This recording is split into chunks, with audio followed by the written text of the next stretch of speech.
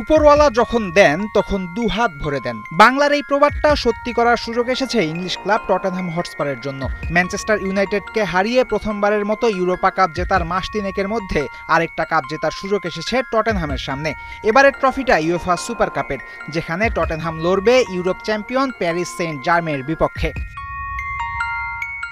Champions league এবং Europa লিগের চ্যাম্পিয়নের লড়াই সুপার লিগ ফাইনাল অনুষ্ঠিত হবে বাংলাদেশ সময় 13 অগাস্ট দিবাগত রাত 1টায়।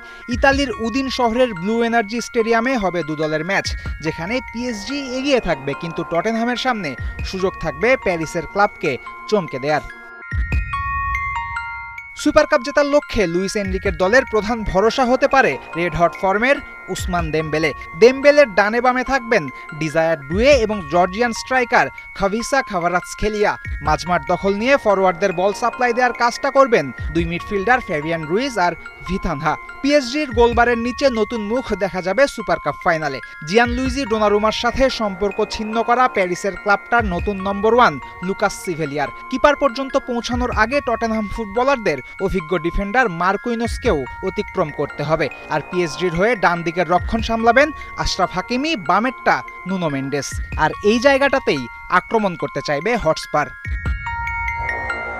ক্লাব বিশ্বকাপ ফাইনালে মেন্ডেসকে কোণঠাসা করে বাম দিক দিয়ে ঝড় তুলেছিলেন কোল পালমার। শক্তিশালী পিএসজির এই দুর্বল দিকটাকেই কাজে লাগাতে চাইবেন হটস্পার কোচ থমাস ফ্রাঙ্ক। সে কাজে টটেনহামের নতুন সাইনিং মোহাম্মদ কুদুস কোচের তুরুপের তাস হতে পারে। পালমারের মতোই কুদুসও খেলেন বাঁ পায়ে। পালমারের রোলটা কুদুস পালন করতে পারলে পিএসজি বিপদে পড়তে পারে বুধবার রাতে।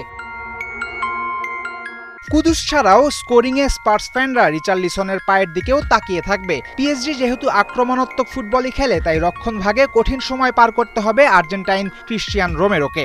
আর গোলবারের নিচে নিজের সেরাটা দিতেই হবে টটেনহাম কিপার ভিকারিওর। বড় নামের অনুপস্থিতির সাথে টটেনহাম পিছিয়ে থাকবে সাম্প্রতিক ফর্মেও। প্রি সিজনে খেলা শেষ 5টা ফ্রেন্ডলি ম্যাচে মাত্র একটা জিতেছে হটস্পার্স, হেরেছে একটাই আর ড্র হয়েছে বাকি 3 ম্যাচ। 5 ম্যাচে 7 গোল হজম করা স্পার্স দিয়েছে 4টা গোল। তবে টটেনহাম একটা দিকে এগিয়ে থাকবে খানিকটা। পিএসজি তাদের সবশেষ প্রতিযোগিতামূলক ম্যাচ খেলেছে 13 জুলাই, স্পার্স খেলেছে মের 31 তারিখ। স্পার্সের ফুটবলাররা যেখানে ছুটি পেয়েছে 45 দিন, সেখানে পিএসজির ছুটি ছিল মাত্র 23 দিনের। অর্থাৎ স্পার্স ফুটবলাররা মাঠে নামবে ফ্রেশ লেগ নিয়ে।